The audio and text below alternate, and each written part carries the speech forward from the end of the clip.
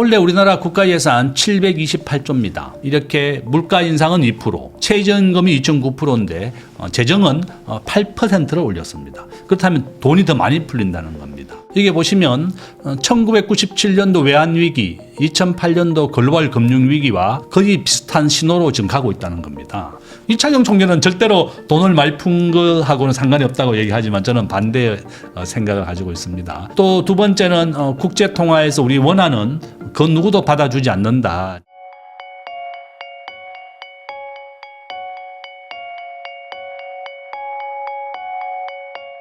안녕하세요. 부익남TV의 부익남입니다. 오늘은 세종대학교 김대중 교수님을 모시고 한국 경제 지금 어떤 상황인지, 그리고 또 환율부터 투자는 어떻게 될지 다양한 이야기 한번 이야기해 보도록 하겠습니다. 교수님 안녕하십니까? 예, 안녕하십니까? 예전에 또 나오셔가지고 그때도 이제 환율이 막 좀 난리가 나 있고 막 하다 보니까 이거 환율 걱정들을 많이들 하셨었어요. 네. 그러면서 그때 좀 얘기도 해주신 게 있는데 요즘에는 조금 환율 얘기가 조금 좀 가라앉았습니다. 그래서 이제 1,500원 막 돌파 얘기 나오다가 오늘 지금 촬영일 기준으로 보니까 1,440원 정도 이렇게 되는데 혹시 지금 이 환율은 좀 어떤 상황인지 설명해 주시면 좋겠습니다. 제가 이제 요거 한번 그래프를 한번 보시면 이게 1964년도부터 이제 26년까지 우리나라 환율에 대한 그래프거든요. 여기에 보시면 이제 R 자성이 86이라는 뜻입니다. 그러니까 86% 확률로 계속 우상향한다 이렇게 보시면 되겠습니다. 그러니까 이제 우리나라 환율은 1960년도에 한 200원에서부터 시작을 해서 IMF 때 2,000원, 그다음에 코로나 시기 2008년도에 여기가 이제 1,600원을 찍었습니다. 지금 한번 보시면 이제 요 그래프를 보시면 좀 더 자세하게 알 수 있습니다. 그러니까 원 달러 환율은 86% 확률로 계속 우상향하고 있는데 지금 현재 미국에서 워시 연준 의장이 이제 5월달에 임명이 될 것 같다 이렇게 돼 있는데 그 사람은 당초에는 트럼프 대통령의 뜻에 따라서 기준금리를 낮추겠다 이렇게 됐다가 하여간에 매파냐 매파라고 하는 것은 좀 긴축 정책을 하는 것이고 비둘기파는 기준금리를 인하해서 좀 경기를 확장한다 이런 뜻을 말하는데 결론은 뭔가 하면 저는 금리를 내릴 것이라고 봅니다. 트럼프 대통령이 가장 원하는 것은 미국의 제조업 1위가 되는 게 목표입니다. 전 세계에서 모든 제조업을 미국에 불러들여서 미국의 일자리를 만들고 미국을 부자로 만들겠다는 게 트럼프의 가장 큰 목표입니다. 그래서 우리나라가 미국에 매년 200억 달러씩 한국이 200억 달러를 투자하겠다고 하는 그 법안을 빨리 만들지 않으니까 갑자기 25%로 막 회기를 시키겠다 이렇게 미국에 엄포를 놨었다가 정부가 깜짝 놀라가지고 쫓아가서 미국에 계속 200억 달러씩 투자를 하겠다. 그러면 2천억 달러가 되고 우리가 10년 동안 200억 달러씩 투자하면 2천억 달러. 그다음에 마스가 1,500억 하면 3,500억 달러가 됩니다. 한국이 가지고 있는 외환 보유고는 지금 정확하게 4,300억 달러인데 한 85%를 미국에 직접 투자를 하라는 겁니다. 저는 일시적으로 좀 조정은 있겠지만 이와 같이 환율은 장기적으로 계속 우상향하고 있습니다. 한번 보시면 이게 R 자성이라고 하는 것은 우리 통계학에서는 설명할 수 있다 이런 뜻이거든요. 환율이 오르는 것에 대해서 86% 확률로 설명을 할 수 있다. 이것이 결정계수라고 부르는데 그냥 쉬운 말로 86% 확률로 계속 우상향 추세다. 근데 86%면 그냥 오르는 거잖아요. 계속 오르는 겁니다. 그래서 이제 일시적으로 오늘 현재 1,440원 정도 떨어졌지만 어제는 1,470원, 1,460원, 1,400원 계속 조정은 있지만 장기적인 추세는 계속 86% 확률로 오르기 때문에 저는 이렇게 우상향 추세다. 이제 그거죠. 결론은 제가 항상 하는 얘기가 이거죠. 한국에는 현재 외환 보유고 자체가 이제 너무 없다는 겁니다. 한번 보시면 국가별 GDP가 미국이 30조 달러고 한국은 1.8조 달러입니다. 전 세계에서 가장 돈을 많이 푼 나라가 우리나라입니다. 우리나라의 현재 광의의 통화량은 국가 GDP의 154%. 미국은 국가 GDP의 70%밖에 안 됩니다. 그러니까 한국이 미국보다 돈을 2배로 많이 풀었다는 뜻입니다. 그래서 저는 환율이 오르는 것 중에 하나다 이렇게 보고 있고 이창용 총재는 절대로 돈을 많이 푼 거하고는 상관이 없다고 얘기하지만 저는 반대의 생각을 가지고 있습니다. 또 두 번째는 국제통화에서 우리 원화는 그 누구도 받아주지 않는다. 제가 항상 반복되고 얘기하고 있고 우리 원화의 경쟁력을 올려야 되는데 지금 이것이 너무 바닥입니다. 또 국가별 GDP에서도 우리 대한민국은 전 세계 GDP의 1.9%밖에 안 되고 주식시장 1.6%입니다. 우리나라 대한민국 시가총액 지금 종합주가지수 5,400 오늘 또 올랐습니다. 5,500 돌파했더라고요. 저도 너무 좋습니다. 삼성전자 1,000조 넘었습니다. 네. 굉장히 좋지만 아직까지 미국에 비하면 아직 2%가 되지 않습니다. 한 1.6% 정도밖에 안 된다 이렇게 볼 수가 있고 이거는 이제 한국의 외환 보유액입니다. 4,300억 달러입니다. 여전히 그렇다. 자, 가장 중요한 게 이 외환 보유고인데 아직 국가 GDP에 대비해서는 23%입니다. 저는 이창용 총재가 한국의 외환 보유액은 충분하다 이렇게 얘기하는 거 보고 깜짝 놀랐습니다. 대체 한국은행 총재가 이렇게 외환 보유액이 GDP 대비 통계를 보여주고 있는데 어떻게 이렇게 환율이 오르는 거에 대해서 제가 한국은행에 얘기합니다. 그러면 한국은행의 외환 보유액이 충분하면 왜 환율은 이렇게 오르느냐? 거기에 대해서 설명해 보라 그러면 본인도 설명을 하지 못합니다. 그 정도로 그럼 외환 보유액이 높으면 환율이 안정이 되는 건가요? 그럼요. 1997년도 대만은 외환 위기를 겪지 않았습니다. 우리 대한민국은 정말 외환 위기를 겪었고 종합주가 지수가 70% 폭락했습니다. 1000포인트에서 300포인트. 네. 정확하게는 270까지 빠졌었거든요. 그러니까 외환 위기가 난다면 진짜 종합주가 지수 70% 폭락하게 되고 집값도 휴지가 되는 겁니다. 저는 이 외환 위기에 대비하자는 이 책을 쓰는 이유가 외환 위기를 나라는 게 아니라 외환 위기를 막기 위해서는 우리가 외환 보유액을 대만 수준으로 올려야 된다는 것이 제 논문의 목표입니다. 저는 이렇게 환율은 계속 오른다는 거고 이거 한번 보시면 이게 1997년도 외환 위기와 한국의 현재 상황을 비교한 논문입니다. 이 논문이 이제 게재가 확정이 됐는데요. 세계적인 SCI 논문입니다. 이게 보시면 1997년도 외환 위기, 2008년도 글로벌 금융 위기와 거의 비슷한 신호로 지금 가고 있다는 겁니다. 그래서 제일 밑에 보시면 외환 위기의 조기 가능성, 외환 위기에 대한 그 신호를 논문으로 쓰는 논문이고 조기 경보 시스템입니다. 이것이 지금 1997년도와 거의 비슷한 시기다는.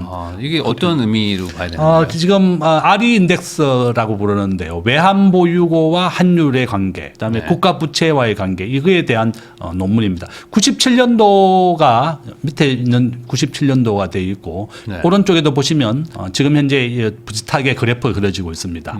0%를 기준으로 해서 그 이하로 내려오게 되면 위기의 신호라는 겁니다. 지금은 위기 구간이네요. 위기 구간에 들어가 있습니다. 빨간색은 지금 현재 RG 트렌드로 봐서는 위기 구간에 들어가고 있다. 아직까지 뭐 위기까지는 안 왔지만 지금 위기의 신호가 감지되고 있다는 겁니다. 그 말은 지금 외환이 어쨌든 쌓이는 것보다 나가는 속도가 더 빠르다. 맞습니다. 지금 현재 외환 위기의 10개 나라가 국가가 파산 중에 있습니다. 지금 현재 아르헨티나는 10번째 국가가 파산했고 또 파키스탄, 스리랑카를 포함해서 10개 나라가 IMF 구제금융을 받고 있습니다. 저는 외환 위기라고 하는 게 우리나라도 남의 얘기가 아니다. 우리나라도 가능성이 있는 얘기고 저는 이것을 막기 위해서 이 논문을 쓴 겁니다. 외환 위기 예측 모델인데 세계 최고 저널 중에 하나입니다. 우리가 그래서 여기에서도 이제 인정이 되었다. 결론은 최근에 이제 뭐 조선일보, 중앙일보에서 제가 이렇게 외환 위기에 대한 얘기를 많이 하니까 국가 GDP가 대만은 77%인데 한국은 왜 22%밖에 안 되냐는 얘기는 주요 언론사에서 계속 방송하고 있습니다. 그러니까 GDP 대비 너무 외환을 적게 가지고 있는 거죠. 맞습니다. 우리나라가. 그래서 저는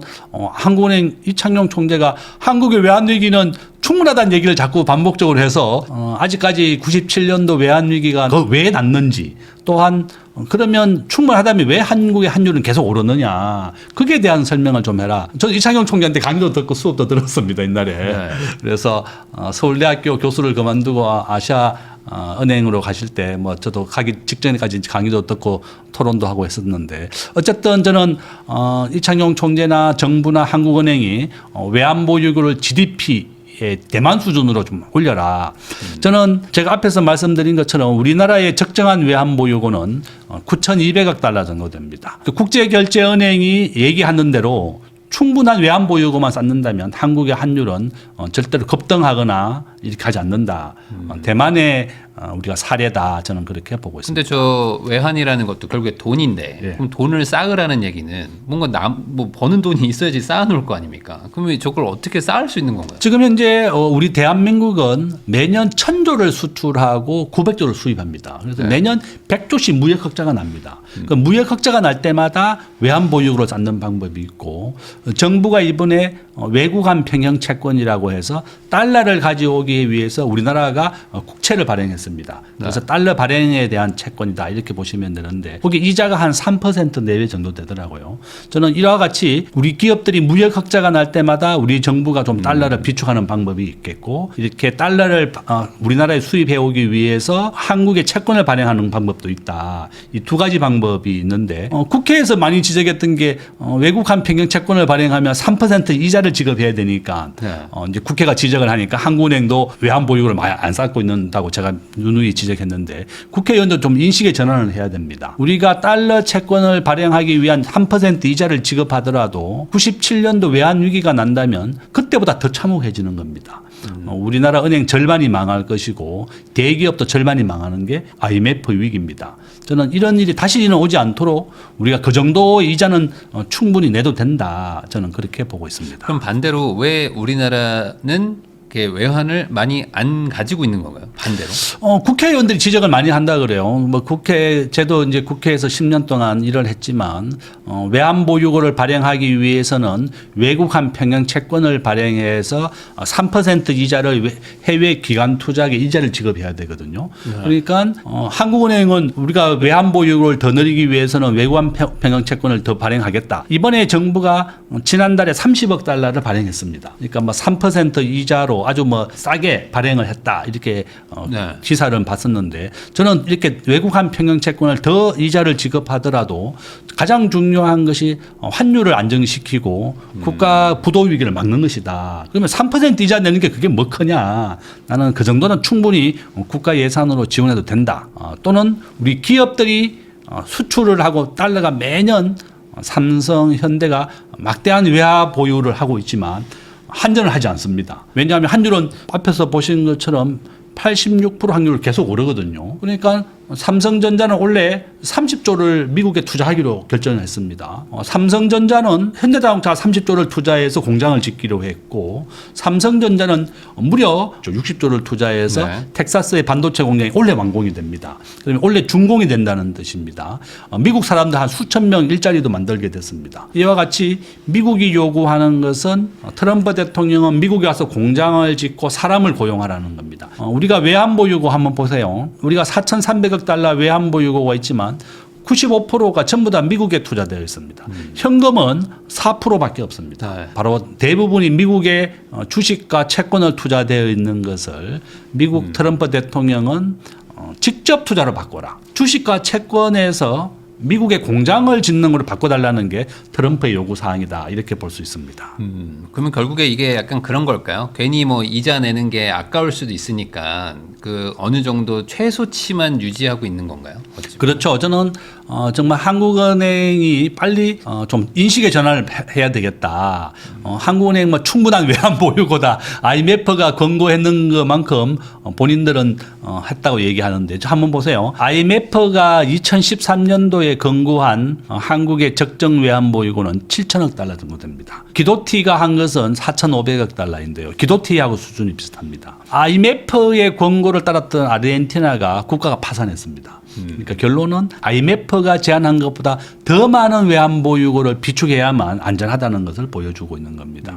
그래서 IMF는 보면 유동외채, 뭐 주식 자금 M2의 5% 뭐 이런 기준으로 외환 보유고를 비축했는데 결론은 한국은 IMF가 제안한 것보다도 더 낮은 외환 보유고다 이렇게 볼 수 있죠. 그럼 결국에 환율의 안정이 어떤 이게 수출 기반의 어떤 산업을 많이 가지고 있는 한국 입장에서는 어떤 변동성을 좀 막을 수 있다 이런 식으로 해석을 해야 됩니다. 그렇죠. 저는 대만이 한국하고 똑같은 산업 구조를 가지고 있습니다. 대만은 한번 보시면 국가 GDP가 7천억 달러인데 외환 보유고는 80% 육박하는 6천억 달러를 가지고 있습니다. 대만은 97년도 외환 위기도 겪지 않았습니다. 우리가 국가가 파산했던 97년도에 거의 유일하게 아시아에서는 겪지 않았다. 중국과 일본은 기축통화국이기 때문에 부도날 일이 없습니다. 일본의 엔화, 중국의 위안화는 석유를 사올 때 결제할 수 있는 기축통화국이다. 중기축통화국이다. 이렇게 볼 수가 있고. 그러니까 그 예외라고 볼 수 있죠. 한번 보세요. 밑에 보시면 중국은 이미 3조 달러, 일본은 1조, 스위스도 1조 다 가지고 있습니다. 러시아, 우리나라하고 똑같이 97년도 국가 파산했습니다. 그렇지만 7,300억 달러는 비축을 하고 있습니다. 인도도 마찬가지다. 대만 이렇게 되어 있습니다. 독일 이런 나라는 EU 국가입니다. 우리나라하고 비교할 수가 없죠. 유로화를 쓰기 때문에 전혀 부도날 일이 없는 나라다. 이렇게 볼 수가 있습니다. 우리나라가 홍콩하고 비슷하다는 건 조금 좀 그러네요. 그러니까 홍콩은 도시 국가입니다. 홍콩하고 거의 비슷한 수준으로 외환 보유를 가지고 있다. 홍콩은 국가 GDP의 116%를 외환 보유로 가지고 있습니다. 정말 이와 같이 홍콩은 금융의 옛날의 도시였고 네. 홍콩은 지금 현재 중국이 편입이 되어 있습니다. 결론은 뭔가 하면 저는 우리 대한민국이 원화가 전 세계에서 결제되는 비중은 한 35, 40입니다. 그건 누구도 받아주지 않는다. 이렇게 한국의 원화가 대접받지 못하고 한국이 외환 보유고도 취약하고 이것은 한국이 제조업은 정말 육성을 했지만 이 금융을 육성하지 못했기 때문에 그렇다. 저는 그렇게 보고 있습니다. 그러면 이번에 그 4월인가요? 세계 국채 지수에 편입이 된다. 한국이. 그러면은 외화가 많이 들어올 것이다. 그래서 이제 4월부터는 환율이 좀 안정된다 이런 얘기가 있거든요. 이거는 좀 영향을 좀 주긴 주는 건가요? 저는 뭐 안 하는 것보다 훨씬 낫다 저는 이렇게 보고 있습니다. 우리가 뭐 모건 스탠리 지수에 편입시키겠다고 정부가 계속 노력을 하고 있지만 아직도 못 되고 있는 이유가 이제 24시간 이제 환전을 해야지 되는 조건이 있습니다. 그런 여러 가지 조건. 네. 외국인들은 우리와 이제 시차가 12시간 반 되기 때문에 뉴욕 기준으로 그렇거든요. 그러니까 뭐 모건 스탠리 지수라든지 뭐 세계 채권 지수에 이제 한국에 편입이 한다 뭐 이렇게 되어 있는데 뭐 결론은 안 하는 것보다 낫다. 네. 일단 뭐 주식 시장 자체가 전 세계 글로벌 주식 비중에 한국은 아직 1.5%, 2%가 되지 않는 아주 작은 수준이고 저는 정말 한국의 환율은 계속 우상향합니다. 여러 가지 이유가 있지만 제가 이제 가장 많은 이유를 쓰는 게 이제 이거죠. 한번 보시면 한국의 외환 위기 가능성이 저는 30%라고 써놨고 IMF는 국가 부채율이 60%를 넘어서게 되면 위기라고 얘기하고 있습니다.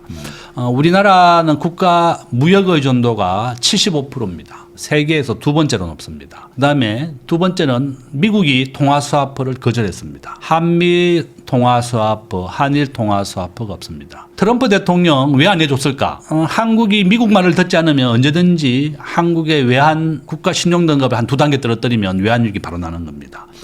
저는 트럼프 대통령이 안 해준 이유는 한국을 좀 자기의 영향력에 두려고 한다. 한국이 자기 말을 잘 듣게 하기 위해서 그런 것 하나의 좀 키를 가지고 있다. 저는 그렇게 보고 있고요. 또 외환 보유고가 부족하다 써놨습니다. 우리나라 국가 부채율 2026년도 원래 52%입니다. 2029년도에 우리가 60%에 도달하게 됩니다. 국가 부채율이 60%에 이르면 IMF 기준으로 위기 상황이다 이렇게 보는데 우리나라는 순수한 국채만 현재 52%지 밑에 보시면 우리가 정부가 지급하는 군인연금 공무원연금을 포함하면 현재 130% 정도로 우리가 추정하고 있습니다. 네. 그러니까 정부가 공식적으로 발표하지 않아요. 정부가 공식적으로 발표하는 것은 순수한 국가 부채, 국채만 가지고 이제 하는 겁니다.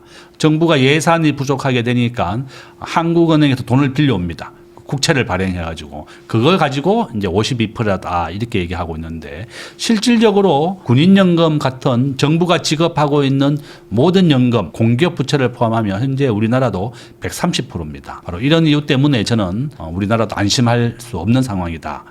저는 그렇게 보고 있습니다. 그러니까 결국에 모두가 안전하다, 문제 없다고 하다가 항상 꼭 위기가 터지는데 반대로 그렇게 좀 평온한 시기에는 이렇게 뭔가 대비하는 게 좀 비용 낭비로 느껴질 수도 있잖아요. 근데 이제 그게 아까 말씀하신 것처럼 뭐 이자를 좀 내더라도 그래도 이게 혹시 모를 위기를 대비하는 게 절대 헛돈 쓰는 게 아니다. 이렇게 얘기를 해주시는 거죠. 그렇죠. 저는 이제 유비무환이다 그런 생각을 많이 듭니다. 흑자도산 이런 말이 있습니다. 아무리 집에 땅이 많고 재산이 많아도 은행 이자를 안 내면 네. 바로 부도가 나는 겁니다. 은행에서는 3개월 동안만 이자를 안 내면 자기 집 경매 넘어가요. 집에 아무리 자산이 많아도 뭐하냐 이게 현금화가 없으면 안 된다는 겁니다. 저는 우리 대한민국이 GDP는 세계 10위, 제조업은 세계 5위의 강대국이지만 이렇게 금융이 전 세계에서 가장 취약한 나라 중에 하나다. 저는 그렇게 보고 있고 빨리 우리 원화의 경쟁력을 올려야 된다고 봅니다. 저는 정부가 이렇게 삼성전자가 전 세계 스마트폰 20%를 공급하거든요. 네. 삼성전자의 원화 스테이블 코인 같은 것만 좀 탑재를 한다면 우리 원화가 경쟁력을 빨리 회복할 거라고 보거든요. 그래서 지금 정부가 원화는 전 세계 40위권이 바닥이지만 빨리 원화 스테이블 코인이라도 좀 해라. 그죠?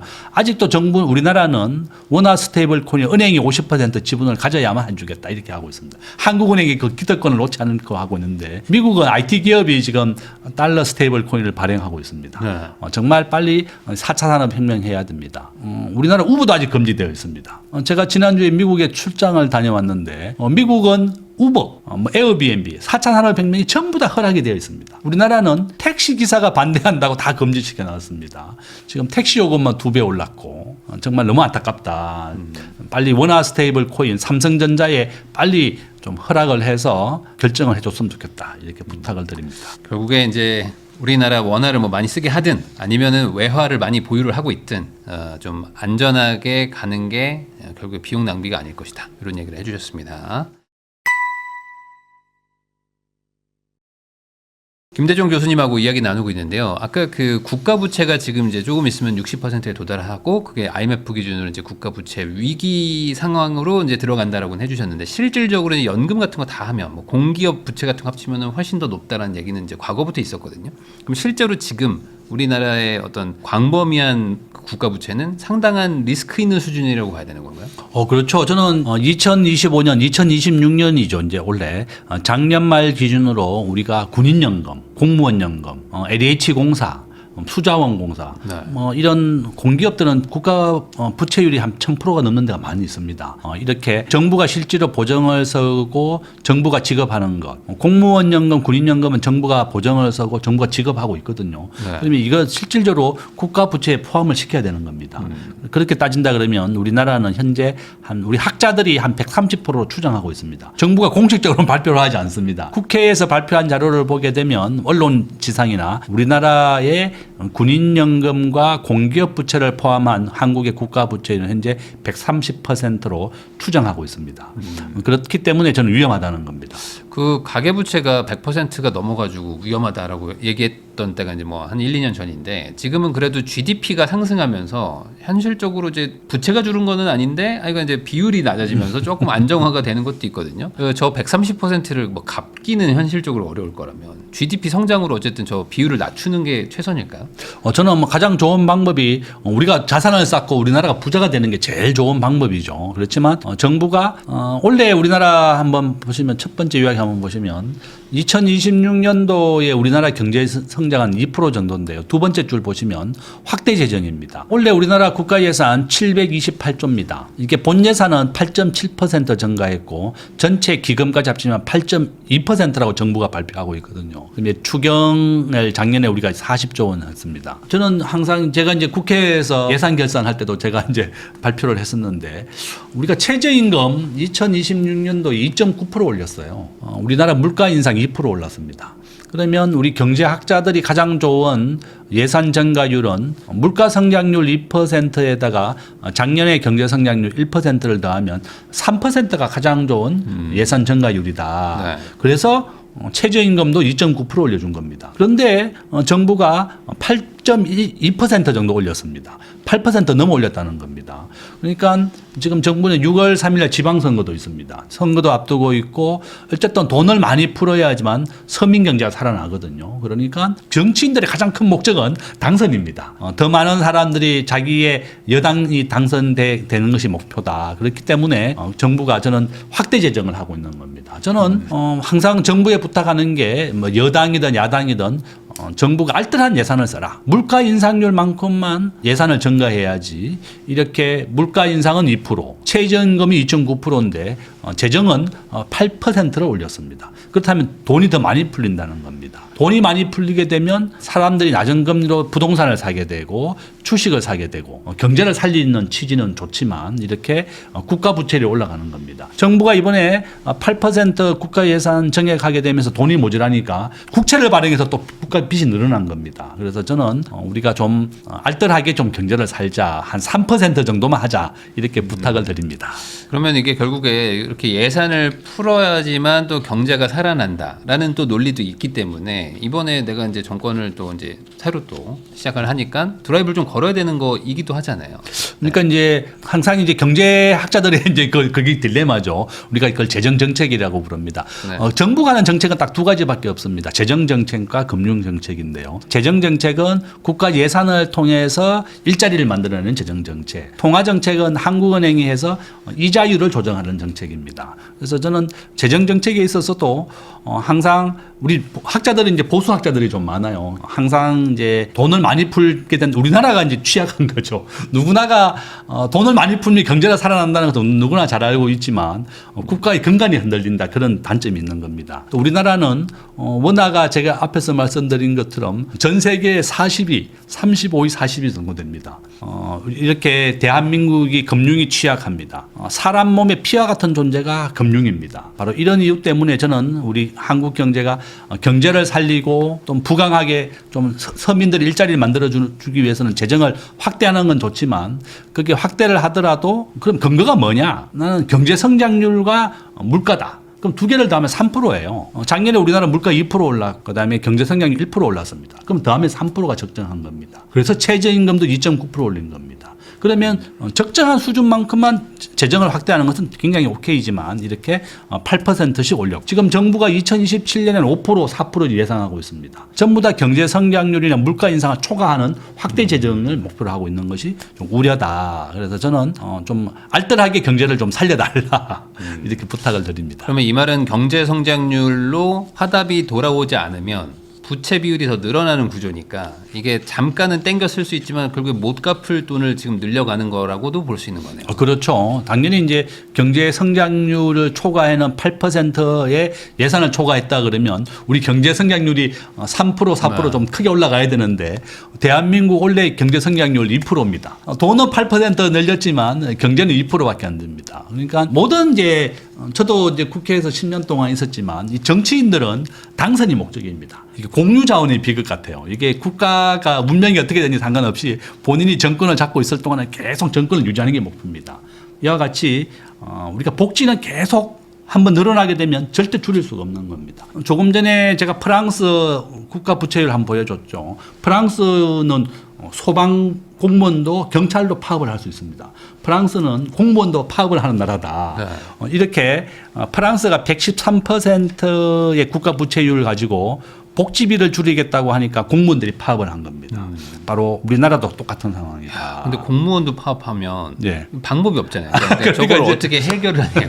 프랑스 같은 나라는 굉장히 자유 인권 이런 나라인데 우리나라는 만약 군인이 파업을 했다. 정말 나라 망하는 거죠. 그러니까 빚은 졌는데 돈은 없고 갚을 수도 없잖아요. 그렇죠. 그래서 이제 우리가 과거에 피기스 국가들이 있었죠. 네. 포르투갈, 그리스 이런 나라들이 파산한 게 바로 이제 그런 위험에 직면했었다. 그래서 저는 우리 대한민국은 비기축통화국, 정말 우리가 알뜰하게 살아야 되는 나라이기 때문에 더더욱 긴장을 해야 된다. 저는 그렇게 봅니다. 그러면 결국에 저 방향으로 가면은 이제 한번 그 돌아가는 어떤 그 돈의 풀림이나 아니면 저 복지 지향형 그 정책들은 돌리기가 너무 어려우니 갈 때까지 가다가 한번 확 터지고 다시 또 리셋되는 약간 그런 식이 과거의 인류의 역사에서 반복됐던 것 같기도 하거든요. 맞습니다.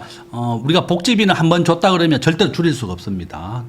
우리가 노인연금이라든지 어려운 사람들의 생계를 지원해주고 있는데 네. 한번 줬다가 50만 원 줬다가 10만 원 줄이면 대모이로 나누는 겁니다. 왜냐하면 그분들 입장에서는 바로 생계가 달려있기 때문에 그렇죠. 그래서 결론은 우리가 돈을 주는 것보다 더 많은 일자리를 만들어주는 정책, 노인 일자리 정책 이런 얘기하죠.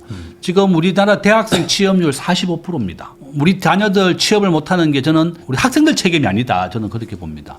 정부가 미국 수준으로 기업하기 좋은 나라를 만들어줘야 되는데 지금 우리나라 한번 보세요. 세금을 한번 보시면 법인세 26%입니다. 세금을 1% 올렸고 지금 상속세 60%고 소득세 45%입니다. 외국인들이 한국에 투자를 하기 위해 들어오는 것보다 삼성전자, 현대자동차, LG 모든 기업이 미국, 베트남, 인도로 공장을 옮기고 있습니다. 직접 투자 유출이 2배에서 5배나 많다는 겁니다. 지금 청년 취업률 여러분들 20대 30대 취업을 못하는 게 여러분 잘못이 아니다. 나는 우리 학생들에게 그렇게 얘기합니다. 여러분 잘못이 아니다. 국가가 정말 세계적인 평균 수준으로는 기업하기 좋은 나라를 만들어줘야 된다. 세계 평균 법인세는 21%예요. 우리가 26%입니다. 우리나라에 외국인들이 공장을 지으러 들어와야 되는데 이 법인세도 올렸죠. 3월부터 노란봉투법이 시행이 되죠. 전 세계에서 우리나라가 강력한 노조 1등입니다. 한국노총, 민주노총. 우리나라 근로자는 한 2,300명 정도 되는데요. 이 두 개의 노조에 가입된 사람이 10%밖에 안 됩니다. 그러니까 노조의 가입률이 10%밖에 안 돼요. 우리나라는 10%, 15%입니다. 실질적으로 노조에 가입되어 있는 강력한 대기업 노조들이 혜택을 보는 거죠. 그래서 저는 정부가 좀 너무 친노동적인 정책 쓰지 말고 기업을 우대하고 기업이 일자리를 만드는, 이재명 대통령도 일자리의 90%는 기업이 만든다 그랬거든요. 그래서 네. 저는 국회와 정부에 부탁하는 게 정말 기업을 우대하는 정책을 좀 해달라. 저는 많이 바라지 않습니다. 세계 평균 정도로만 좀 해달라. 세계 평균의 법인세는 21%다. 우리 노란봉투법 전 세계에서 유일하게 한국에 3월부터 시행이 됩니다. 그러니까 이런 것도 세계 평균 정도의 노동 정책, 노동자와 사용자 균형을 맞춰서 다 잘 돼야 되거든요. 전 좀 그렇게 부탁을 드립니다. 사실 저 상속세는 지금 한국이 세계 1등이고 1등. 네. 그리고 이제 뭐 취득세도 뭐 거의 세계에서 최상위권인데 지금 이제 보유세 낮다고 이제 보유세까지 올리겠다고들 하고 있거든요. 그러니까 결국에 이제 세금을 걷는 게 어찌 보면 이제 부의 재분배라고도 볼 수 있지만 또 반대로 생각하면은 어떤 이 경제의 활력을 좀 이렇게 늦추는, 그러니까 속도를 느리게 하니까 빚을 갚아야 되는데 해서 돈 벌어야 되는데 돈 버는 속도가 느려지면 또 빚으로 또 연명하고 이런 악순환이 또 생기는 것 같기도 합니다. 그렇죠. 지금 한번 한국 경제의 서화 분석을 제가 이렇게 한 건 거예요. 한번 보세요. 저는 우리나라의 서화 대응 방안이고 한번 보시면 한국 경제가 나갈 방향을 제가 만들어 놓은 겁니다. 정부가 규제를 완화하고 기업하기 좋은 환경을 만들어야 된다고 생각하거든요. 세계 평균 법인세는 21%입니다. 트럼프 대통령 미국 21%인데 이거 지금 15%까지 낮추겠다고 예고가 되어 있습니다. 트럼프 대통령은 미국을 제조업 세계 1위가 되게 되는 게 목표입니다. 미국의 일자리를 만들고 미국이 제조업 세계 1위가 되겠다. 또 뭐 그린란드라든지 뭐 캐나다라든지 베네수엘라든지 미국의 세계주를 늘리겠다. 뭐 이런 정책. 미국을 자기 우선주의 정책이죠. 과거에는 미국이 정말 제일 큰 형으로서 굉장히 좋은 어려운 나라 도와주고 경찰국가 노릇을 했지만 지금은 미국 사람들이 어렵다. 미국 사람들 제가 출장 갔더니 자기 월급의 한 절반이 다 칩스로 나갑니다. 그러니까 미국의 중산층이 무너지고 미국의 중산층이 어렵다 보니까 트럼프 대통령이 그 어려운 부분을 딱 이렇게 파고들어서 표를 얻은 것 같습니다. 그래서 저는 우리가 세계 평균 정도의 법인세나 상속세라든지 좀 기업을 우대하는 정책 이런 걸 해서 삼성전자와 현대자동차가 미국의 공장을 안 짓게 좀 우리나라도 좀 우대를 해달라는 겁니다. 지금 막 현대자동차 생산직 근로자들의 평균 연봉이 1억이 넘습니다. 이와 같이 대학교 나온 사람이 오히려 생산직 근로자로 취업하는 게 더 많은 연봉을 받거든요. 그 정도다. 그래서 저는 제가 밑에 써놨습니다. 무역 의존도 수출과 수입이 GDP에 차지하는 비중인데 우리가 세계 2위입니다. 수출과 수입으로 먹고 사는 나라다. 저는 우리가 제조업은 세계 5위의 강대국입니다. 이런 금융도 좀 우리가 강화를 해야 되겠고 정말 국회에 부탁드리고 싶은 게 정말 세계 평균 정도로는 좀 기업하기 좋은 나라를 만들어야 된다.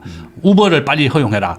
우버 허용해도 한 30만 개 일자리가 생길 것이다. 이렇게 부탁을 드립니다. 물론 이제 그걸 반대하는 또 택시 기사님들도 있고, 맞아. 또 택시 기사님들의 또 그 면허가 또 이제 뭐 억대가 넘는 또 그 권리금이 또 있기 때문에 여러모로 또 어려움은 있겠지만 그럼에도 불구하고 이제 가야 될 방향이라면 우리가 빨리 가서 거기서 또 새로운 일자리를 만드는 게 또 고통스럽지만 필요한 것이다. 뭐 이런 얘기를 해주시는 것 같습니다. 그러면은 결국에 한국의 경제 성장률이 지금은 결국엔 어떤 뭐 정부의 정책이나 제도, 법, 어떤 세법 이런 것들 때문에 좀 더 잘할 수 있는데 못 하고 있다. 이렇게 보시는 거네요. 그렇죠. 한번 보시면 우리나라 경제 성장률이 앞으로 2%입니다. 2026년도 2%, 27년 다 2%밖에 안 됩니다. 지금 세계 경제 성장률 제일 높은 나라 한번 보시면 인도입니다. 네. 6%, 인도네시아 5%입니다. 인도도 제가 갔다 왔는데 인도는 인구가 15억, 세계 1등입니다. 지금 중국의 인구는 지금 14억인데요. 앞으로 2100년도에 중국의 인구는 9억으로 줄어듭니다. 중국은 한자녀 낳기 운동을 했기 때문에 그렇다. 지금 3위가 바로 중국입니다. 인도네시아는 인구가 3억 정도 됩니다. 그래서 지금 현재 한국의 대기업들 인도로 공장을 옮기고 있고 인도네시아 네. 옮기고 있습니다. 우리나라 한번 보시면 우리나라는 지금 현재 2%로 아주 낮아졌습니다. 정부가 이렇게 경제 성장률을 어떻게 하면 잠재 성장률 이상으로 하게 하느냐. 앞에서 말씀드린 것처럼 4차 산업혁명을 좀 택시 기사들이 좀 반대하지만 좀 순차적으로라도 좀 해줬으면 좋겠다. 그죠?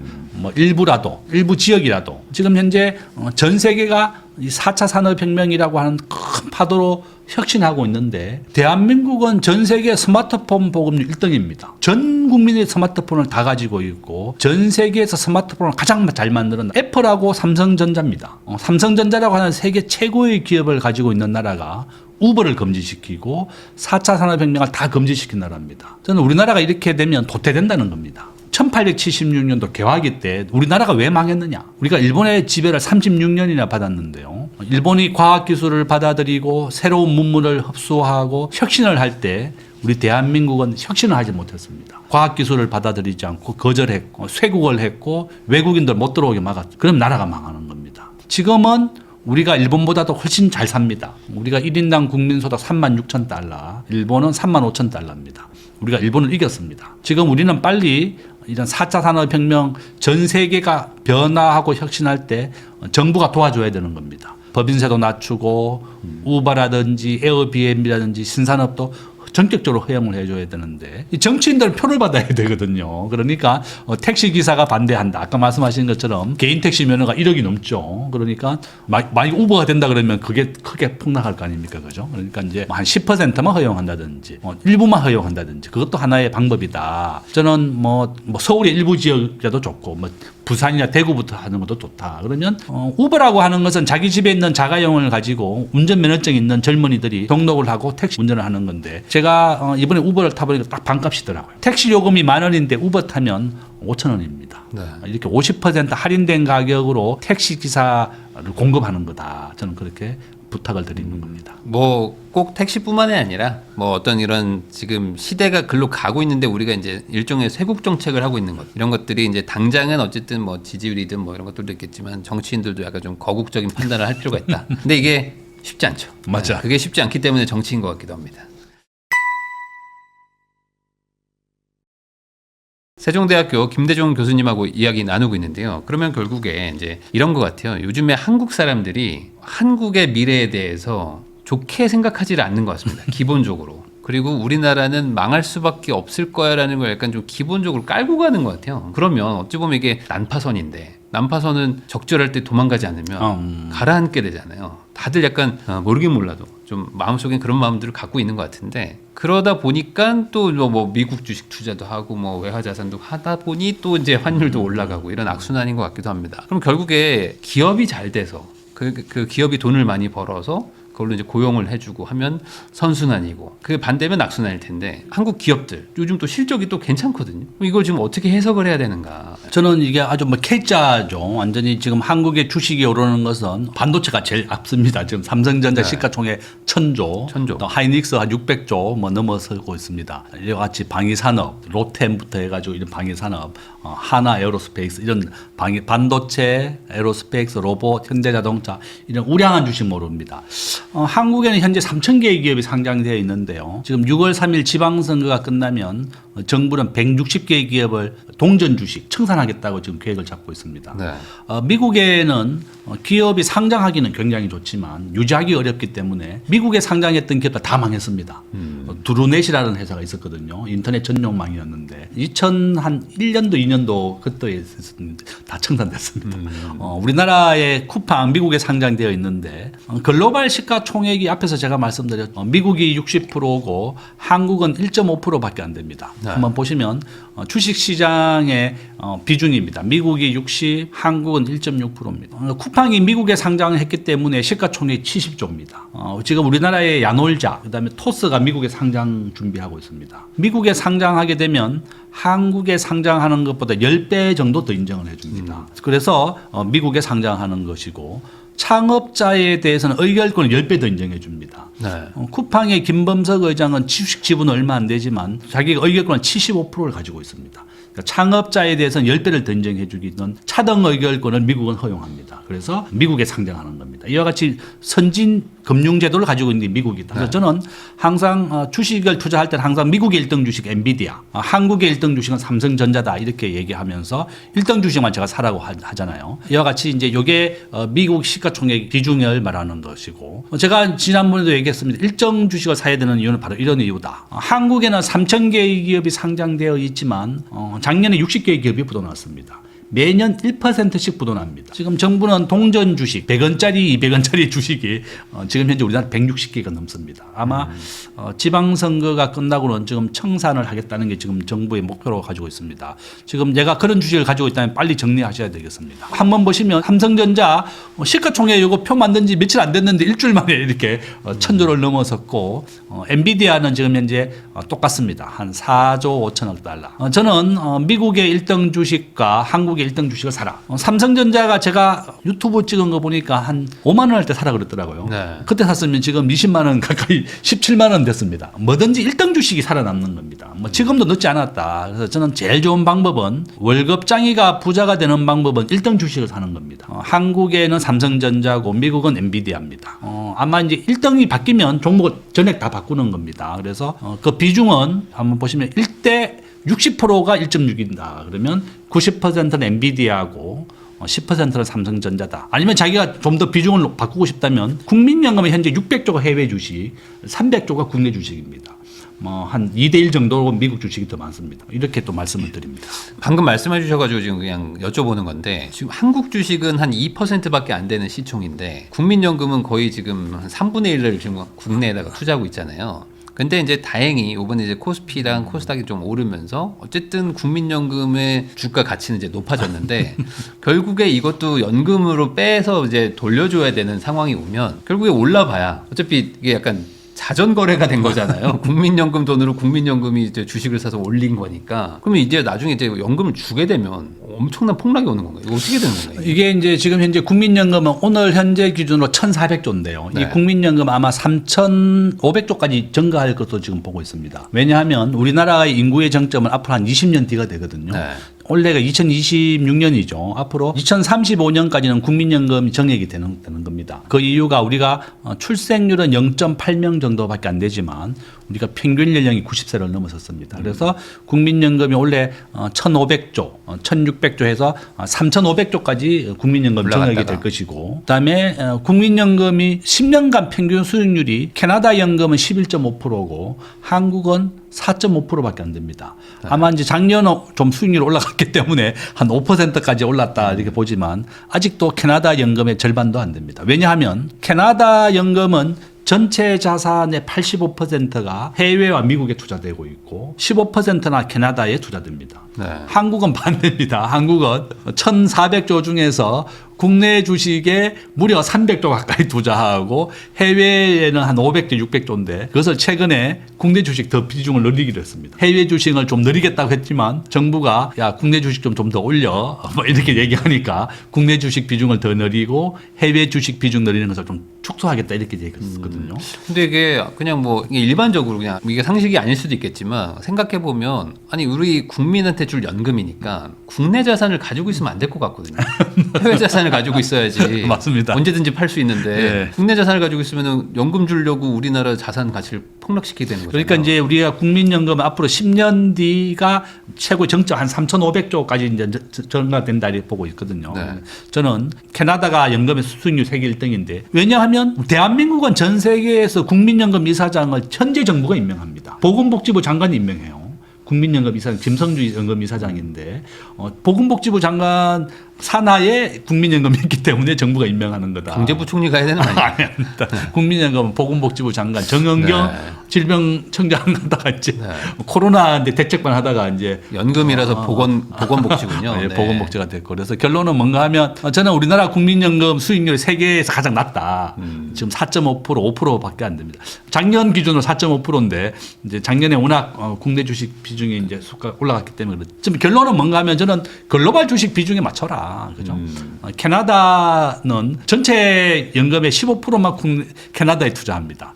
전부 다 85%는 미국과 해외에 투자한다. 저는 우리가 국민연금이 수익률 중심이 돼야 되는데 국민연금이 정권의 입맛에 따라서 바뀌는 겁니다. 정부가 바뀌게 되면 대통령이 임명하는 보건복지부 장관이 임명하거든요. 그러면 다 자기 사람으로 바뀌게 됩니다. 지금 국민연금은 필요 인력이 20%가 없습니다. 전주에 가야 되니까 다 일자리를 안 가는 겁니다. 그러니까요. 이건 연금은 그냥 어찌 보면 국민의 돈이기 때문에 정말 뭐 감사원장처럼 그냥 한 10년 임기로 그냥 쭉 하게 하고 뭐 이렇게 실적이 나쁘면 바꾼다든지 뭐 이런 식으로 해서 좀 인센티브 많이 주면 좋을 텐데. 지금 현재 전 세계에서 유일하게 정부가 임명하는 나라 우리나라밖에 없습니다. 우리나라가 이제 여야가 이제 합의를 해서 정부 현재의 정권이 무조건 여당이 임명하게 만들어놨기 때문에 그렇고 저는 장기적으로 합의를 해서라도 캐나다, 뭐 미국, 일본 전 세계와 같이 정권과 상관없이 수익률 중심으로 좀 빨리 전환해야 된다. 네. 지금 우리나라 국민연금 운용에 해서는 한국노총, 민주노총이 가입되어 있습니다. 그러니까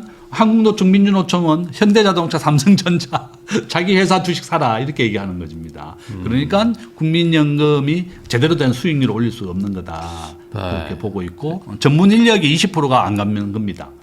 국민연금 전주에 가 있습니다. 저도 전주에 가끔 가서 강의하는데 전주에는 세계적인 은행이 하나도 없죠.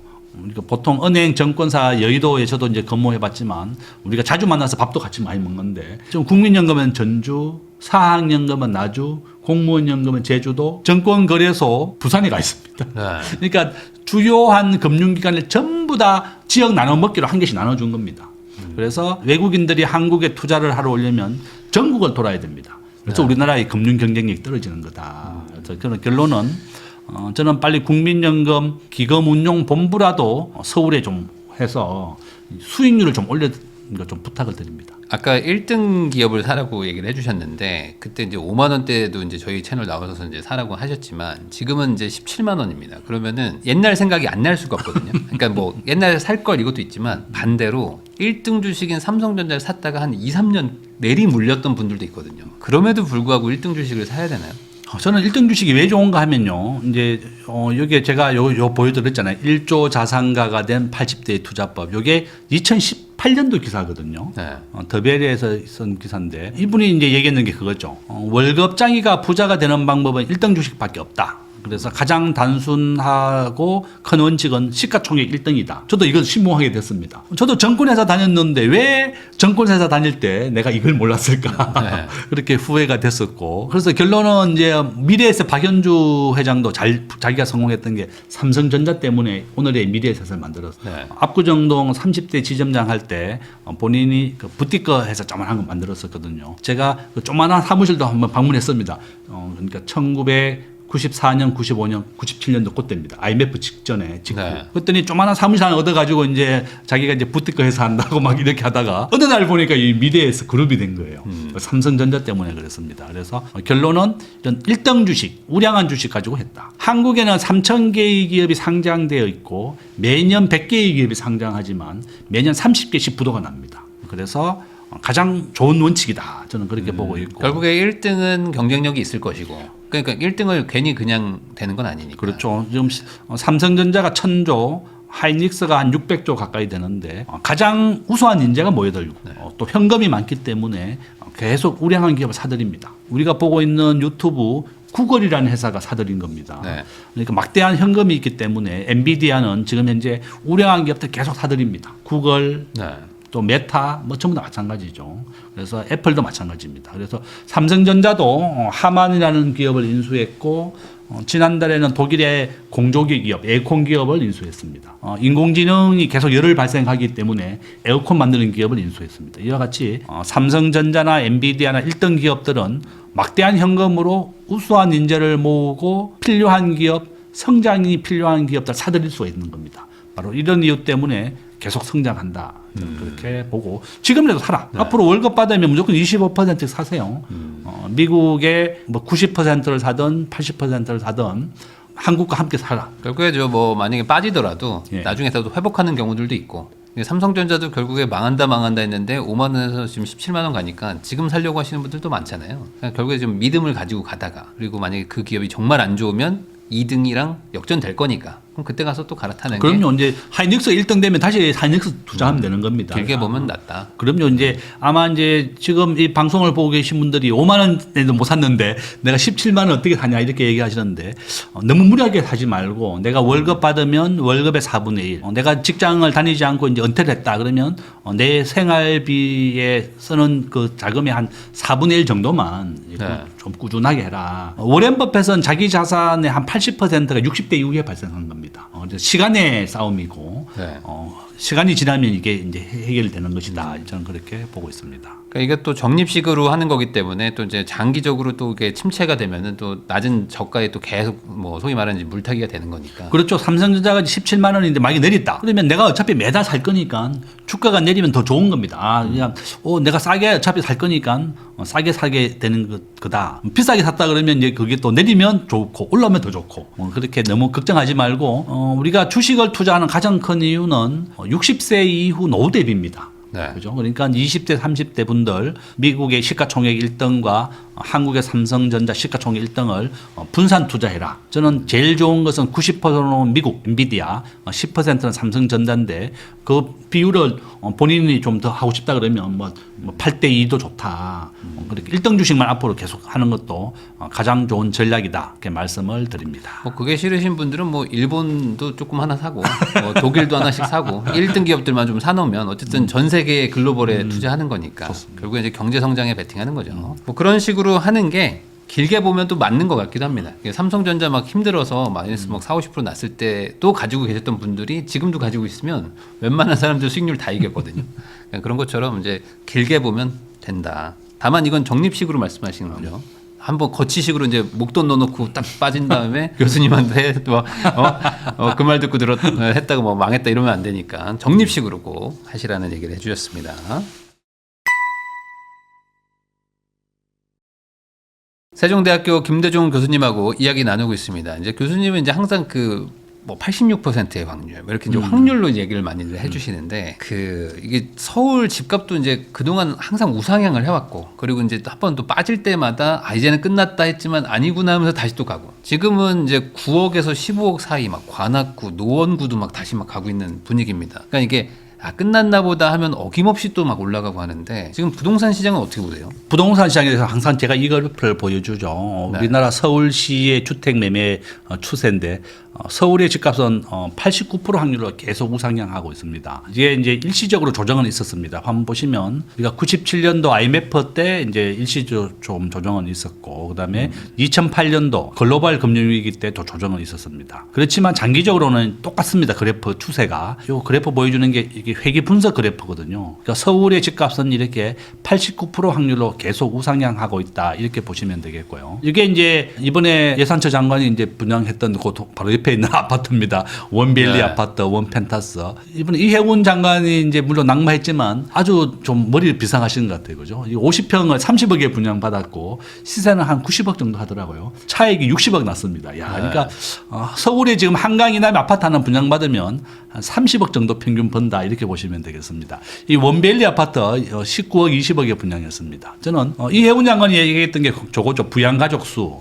본인과 자녀, 아들 결혼했지만 아들을 혼인신고를 안 해서 이제 가점 3명과 보시면 5점 차이가 납니다. 부양가족 수로 배정을 받았습니다. 청약통장은 만점 받았습니다. 15년 이상 가입해서. 그래서 우리 자녀나 본인이 빨리 부자가 되려면 청약통장을 가입 기간이 15년 이상 돼야 되겠고 무주택 기간 만점 받았습니다. 32점. 그러니까 여러분들이 한강 이남의 아파트는 무조건 분양받아야 되겠다. 가장 빨리 부자가 되는 방법이다. 저는 그렇게 보고 있고 서울의 집값은 이렇게 계속 올라갑니다.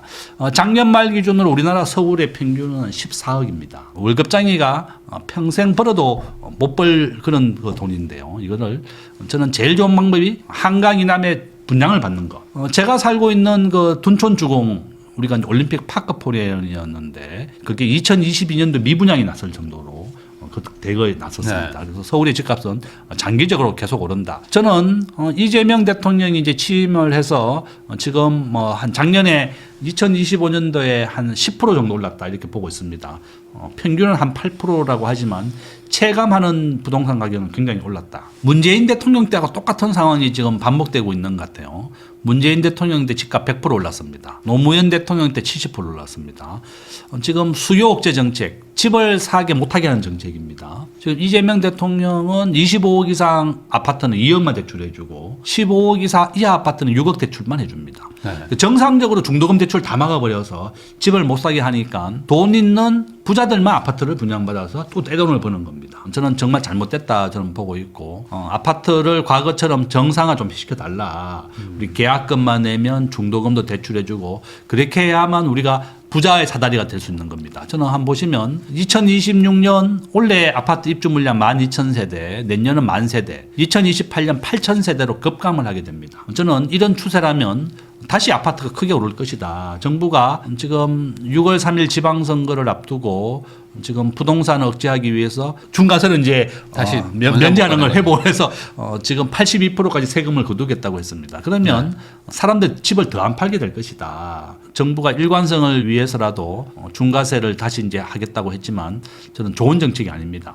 가장 좋은 부동산 정책은 시장 경제 원칙입니다. 시장 경제에 맡겨서 더 많은 건설업자들이 더 많은 집을 짓게 해야만 집값이 안정이 되는 건데 대출을 억제하고 돈을 안 빌려줘서 집을 못 사게 하는 정책은 집값을 올렸던 문재인 대통령 때와 같은 그런 상황이 좀 반복되지 않을까. 이 부동산 쪽에서도 그 세금이든 어떤 규제든 그냥 OECD 평균 정도만 해주면 될 것 같거든요. 제가 봤을 때 뭐 그 이상을 바랄 필요도 없고 그냥 뭐 양도세 뭐 한 많이 하면 뭐 20-30%, 취득세 뭐 거의 없고 보유세 뭐 한 0.5에서 1%, 뭐 이 정도만 해줘도 시장 경제로 좀 돌아갈 것 같은데 이쪽도 참 안 되네요. 서울의 집값 한번 보세요. 자기 집을 가진 사람 수도권 55%입니다. 네. 지금 62% 광역시고 전국은 한 68% 자기 집을 가지고 있지만 수도권 이하 이제 밑에는 대구 뭐 부산 뭐 지방은 더 어렵잖아요. 그렇지만 수도권이 제일 중요합니다. 네. 우리나라 전체 인구의 한 3천만 명이 수도권에 모여 살고 있습니다.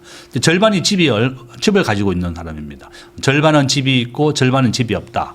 이와 같이 부동산 정책은 정말 정부가 꾸준하게 주택 공급을 해야 되는 겁니다. 한번 보세요. 지금 서초구의 평균 집값 28억 30억이고 도봉구가 서울에서도 7배 차이 납니다. 지금 가장 이제 격렬하게 이제 반대의 차이가 나고 있습니다. 완전히 K자입니다. 오르는 집은 계속 오르고 도봉구라든지 도봉구 밑에는 이제 서울 지방의 집값이 되겠죠. 그죠? 서울의 집값도 계속 오르고 있지만 서울 지역 내에서도 이렇게 차별화가 되고 있다. 저는 정부가 꾸준한 주택 정책 필요하다. 이렇게 보죠. 그러면 좀 한번 요거 좀 여쭤보겠습니다. 이게 어쨌든 이제 또 경영학부 교수님이시니까 기본적으로 이제 어쨌든 경제라는 거는 이제 수요와 공급에 의해서 또 이제 많이들 이렇게 영향을 받는 걸 텐데 이 부동산 쪽에서의 어떤 그 뭐랄까 이 수요와 공급으로 맨날 싸우거든요. 뭐 공급 충분하다, 아니다 부족하다. 그럼 지금 상황은 그럼 공급이 부족하다고 봐야 되는 건가요? 지금 서울의 평균 이제 올해 입주해야 물량이 12,000세대 정도고 네. 10,000세대 정도입니다. 서울의 평균으로 필요한 세대는 한 5만 세대로 저는 알고 있거든요. 과거에 우리가 5만 세대, 8만 세대까지 분양을 했는 적이 있습니다. 한번 보시면 연평균 5만 정도는 공급이 돼야 된다. 한번 보시면 서울의 입주 아파트 물량이 5만 세대 정도입니다. 평균. 그러니까 서울의 평균 한 5만 세대가 평균 필요한데 2026년, 2027년 10,000세대밖에 안 됩니다. 2028년은 8,000세대로 급감을 합니다. 네. 서울이 꾸준하게 주택 공급을 허락을 하고 유지했어야만 이 5만 세대가 되는데 재건축을 막아버린다든지 규제를 강화한다든지 이런 이유 때문에 주택 공급이 급감을 하게 되었고 저는 아마 금년도 내년 2028년 집값이 아주 크게 오를 것이다. 그게 우려가 되고 있습니다. 지금 근데 더 걱정인 거는 지금도 공급을 해야 8년, 9년, 뭐 30년 이때 공급이 되거든요. 근데 지금도 공급이 없어요. 그렇죠. 시작하는 게 없습니다. 아파트는 보통 짓는데 10년 걸립니다. 우리가 경제학에서 이런 것을 공급 탄력성이 낮다. 낮다 이렇게 말하는데 이것은 짓는데 시간이 많이 걸린다는 겁니다. 아파트는 평균 짓는데 10년 정도 걸립니다.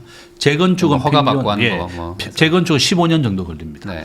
서울의 엄마아파트 재건축이 이제 허락이 됐는데 이주가 2030년으로 알고 있어요. 그럼 앞으로 5년 뒤에 이제 이사 가는 겁니다. 그럼 짓는데 합치면 한 15년 뒤에 이제 입주할 거다. 저는 그렇게 보고 있습니다. 이와 같이 아파트라고 하는 것은 공급하는데 워낙 많은 시간이 걸리기 때문에 공급 탄력성이 매우 낮은 겁니다. 아파트가 빵이라면 밤새 굽겠다. 이제 김현미 장관이 이제 그 얘기를 해서 아주 경제학자인 저는 아주 너무 웃었습니다. 어떻게 저런 말을 할 수가 있느냐. 이게 미국의 연방정부는 집값이 급등해서 어떤 정책을 했는가 하면 연방정부가 미국의 부동산 정책에 개입하지 않겠다. 시장 경제에 맡기겠다고 선언을 했습니다. 네. 저는 우리 정부도 집값이 급등할 때 좀 정부가 개입을 하지 말고 건설회사와 건축회사가 알아서 공급을 좀 해라. 우리가 규제를 하지 않겠다. 이렇게 좀 했으면 좋겠는데 정부가 어쨌든 막 너무 과도하게 양도세를 올리겠다, 보유세 하겠다, 세금 정책부터 해서 너무 과도하게 개입을 하게 되니까 더 큰 부작용을 가져오고 더 풍선 효과를 가져온다. 저는 그렇게 보고 있습니다. 결국에 이제 이 가격을 잡는 게 뭐 수요를 누르는 것도 있겠지만 공급을 많이 해가지고 잡는 것도 있잖아요.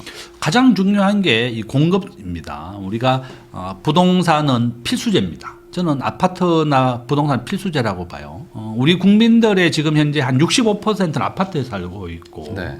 20%는 빌라, 그다음에 뭐 한 10%, 5%는 뭐 상가주택, 오피스텔 이런 데 살고 있습니다. 국민들이 가장 선호하는 게 아파트입니다. 근데 아파트는 짓는데 5년에서 15년 정도 걸리는 아주 시간이 많이 걸리는 겁니다. 그래서 정부가 좀 꾸준하게 주택을 공급하고 허락을 해야 되는데 이렇게 문재인 대통령 때 재건축을 허락을 하면 집값이 오르는 것이다. 이렇게 해서 재건축을 막았더니 100% 오르는 겁니다. 집을 못 사게 하는 수요 억제 정책을 해서 집값을 100% 올렸는데 이재명 대통령도 똑같은 정책을 하고 있어요. 대출을 해주지 않는 정책. 지금 25억 이상은 2억만 대출해주고 15억 이하는 6억 대출해주면 우리 청년들이 어디서 10억을 구해가지고 그 아파트를 분양받느냐. 둔촌주공 같은 경우 2023년도에 이제 분양을 했었는데요. 그게 18평은 6억에 분양을 했습니다. 계약금 1억이죠. 20%니까 1억 2천만 원만 넣으면 중도금은 다 대출해 줬습니다. 그럼 잔금은 전세 주면 되는 겁니다. 이렇게 서민들이 자기 돈 1억을 가지고 지금 6억짜리 그 둔촌주공이 지금 16억 정도 됐어요. 한 10억이 올랐습니다. 이렇게 서민들이 대출을 받아서 중도금 정부의 지원을 통해서 자가집을 마련하게 해줘야 되는데 15억까지만 6억을 대출해주면 10억을 자기 돈으로 마련해야 돼요. 서울의 평균 집값이 15억입니다. 지금 현재. 그걸 어떻게 서민들이 10억을 마련해서 집을 사겠느냐. 정말 돈을 가진 부자들만 집을 사게 하는 정책이다. 그래서 저는 이것은 좋은 정책이 아니다. 과거처럼 빨리 좀 계약금만 넣으면 중도금을 대출해주는 정책으로 좀 전환을 해달라. 서민들이 자가집을 마련하게 도와줘야 된다. 저는 그렇게 부탁을 드립니다. 근데 이걸 또 이제 반대로 생각하는 측에서는 어떻게 얘기를 하냐면은 그렇게 대출을 특히 이제 뭐 청년 세대들한테 해주는 거는 또 미래를 담보 잡혀가지고 이제 뭐 빚쟁이 만드는 거 아니냐. 그러니까 집값을 떨어뜨려야지 왜 집값을 유지시키려고 계속 대출을 해주냐 이 논리도 있거든요. 이 부분에 대해서는 좀 어떻게 생각하세요? 저는 이게 필수제입니다. 집이라고 하는 것은 우리가 이제 물가 인상률하고 똑같은 거죠. 물가라고 하는 것은 매년 2%씩 정상적으로 계속 오르게 되어 있습니다. 네. 저는 서울의 수도권은 앞으로 10년 이상 오른다고 저는 보고 있습니다. 제가 서울의 부동산이 왜 오르느냐?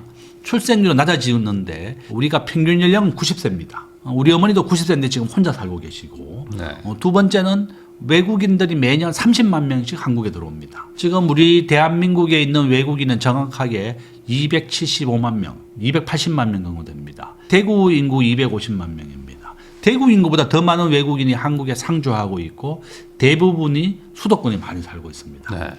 일부는 이제 농촌 지역에 내려가서 이제 하는 분들도 있지만 일단 외국인들이 280만 명이나 한국에 살고 있고 수도권에 많이 모여 있고 또한 혼자 사는 사람 단독 세대주가 한국에서 지금 42%입니다. 지금 절반 가까이가 혼자 삽니다. 세대주가 계속 분리가 되고 늘어나게 된다. 바로 이런 이유 때문에 저는 앞으로 10년 이상 서울의 집값은 오른다.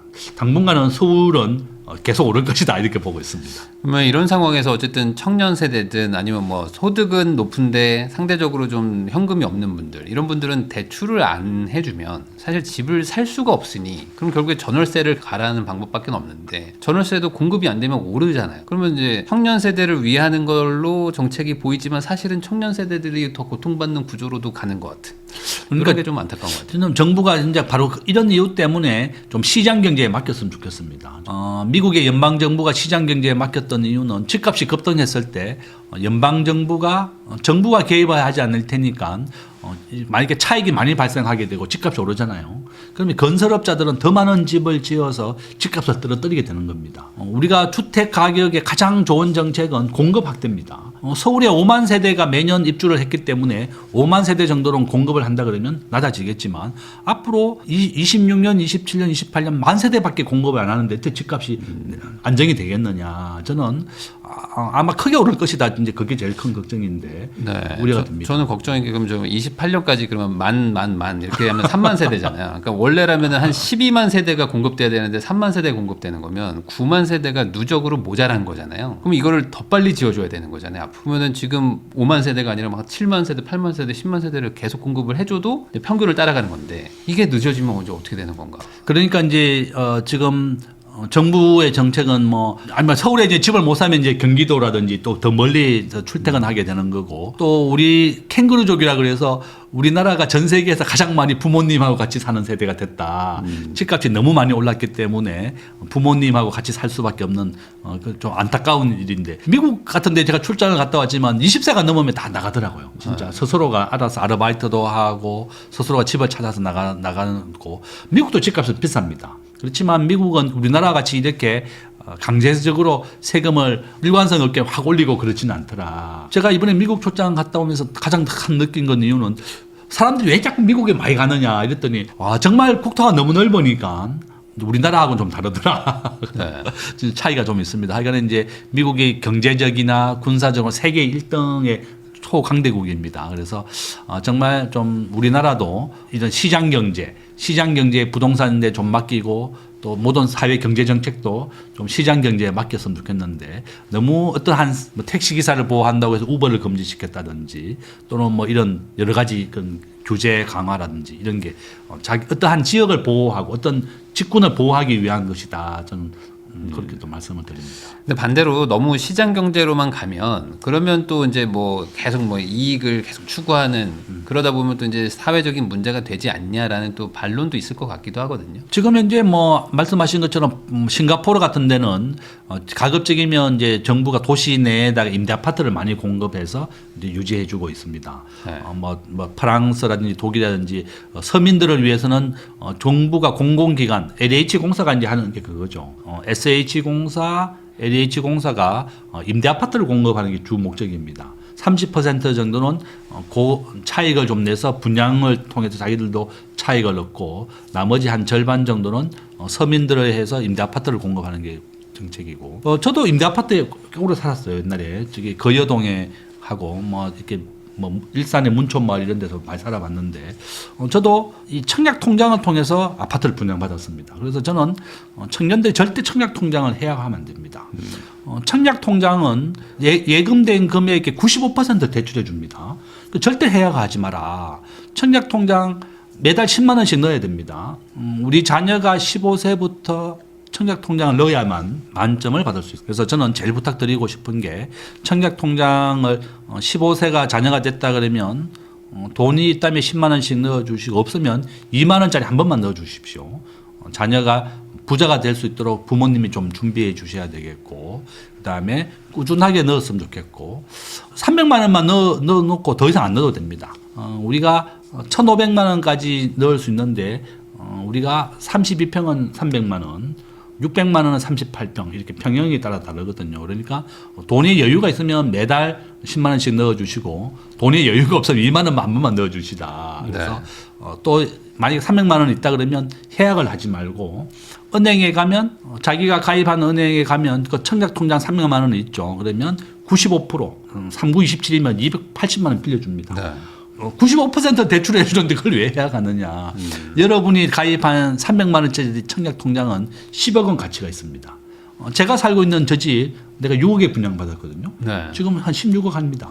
10억 벌은 겁니다. 근데 결론은 300만 원짜리 통장이 저한테 10억을 벌어준 겁니다. 그래서 결론은 이 300만 원짜리 청약 통장 하나가 10억 원의 가치가 있다는 것을 꼭 명심해라.